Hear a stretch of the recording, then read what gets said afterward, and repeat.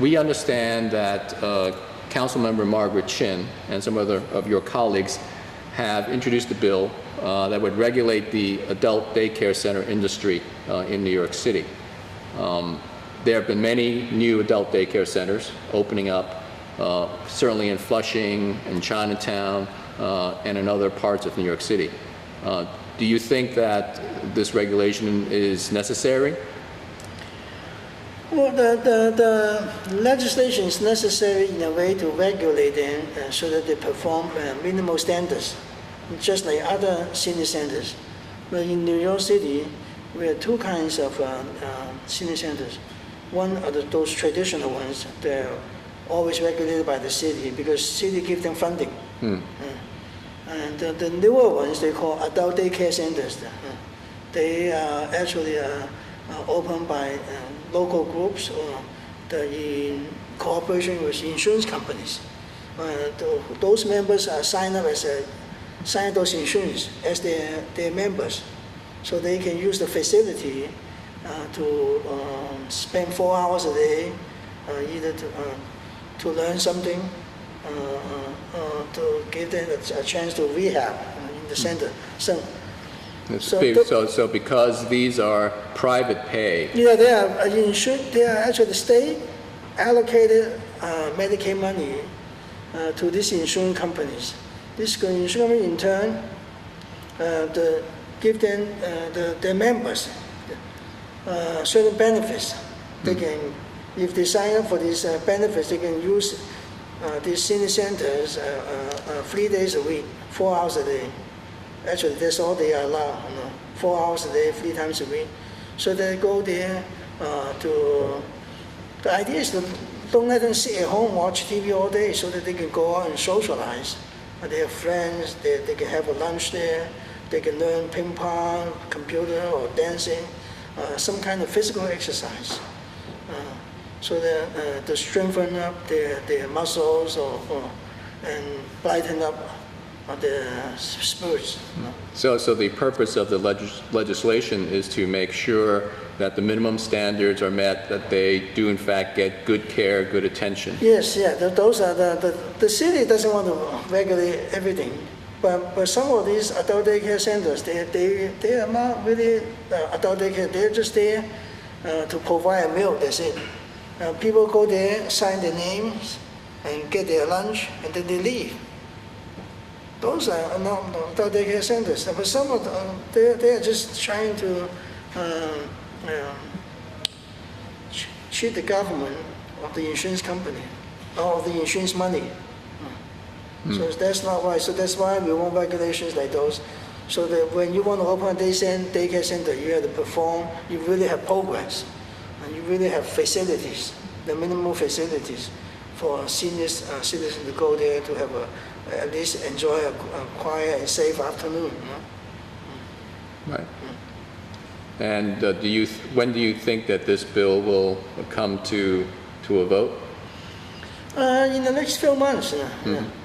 And actually, there was a strong support of these measures because we see a lot of abuse in operating these senior centers. It's not why you just tell seniors to go there and sign their names or give them $5 a coupon to get something from the supermarket, and to attract people to go out there. We want to we go out those non-conform senior centers. So you think there is very strong support in the city council to Yeah, the pass city council this? is pretty supportive of this. Even though we don't have direct power to say money-wise to regulate them, we don't give them funding, but we can regulate them as an entity. They perform certain standards.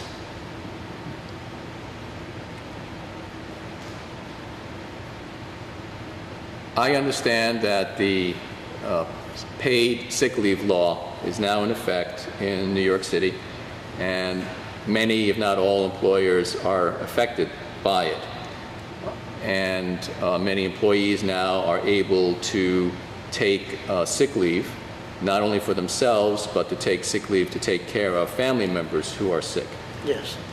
But there are some specific details, and there are some different rules. Am I correct in understanding that there are three categories? There are employers who have more than 5 employees, and that therefore they must provide paid sick leave to Yes. those employees. Those who are between 1 and 4 employees must provide unpaid sick leave, but they must still let them go Yes. and attend to their family. And then there's a special category for domestic workers, and that they also have rules for paid sick leave. And where can they go to answer all these questions?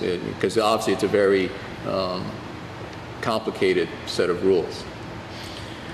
Yeah, because this law just passed, even I myself don't understand 100% every detail of it. So it will take some time to educate the public, the employers, and the city is doing that right now. And they go to different boroughs and hold seminars or symposiums in business associations or in libraries to inform the public and also the employers how to comply with the regulations. Is there a process yet for employees who feel that they have not been properly given the sick days? How do they appeal to New York City? They can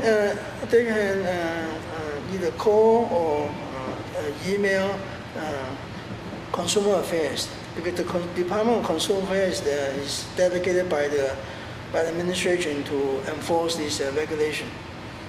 The Consumer Affairs on their website, they have very detailed discussion on this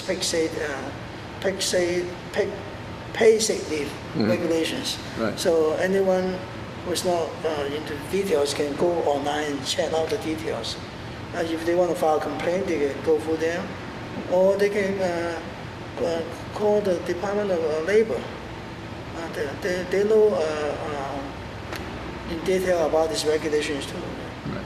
So one of the very new things about this law is that it's not just sick leave for the individual, for the employee, but they can also take sick leave for taking care of their families. Almost like everyone, to their children, to the grandfathers, or to their loved ones. So in essence, if they inform the boss that they had to use some sick time to take care of their families, the boss shouldn't charge them, unless they want to take more than 3 days. Then they need to provide a doctor's note. Right. Even the doctor's note, just a note. They don't have to tell you what kind of illness they are taking care of.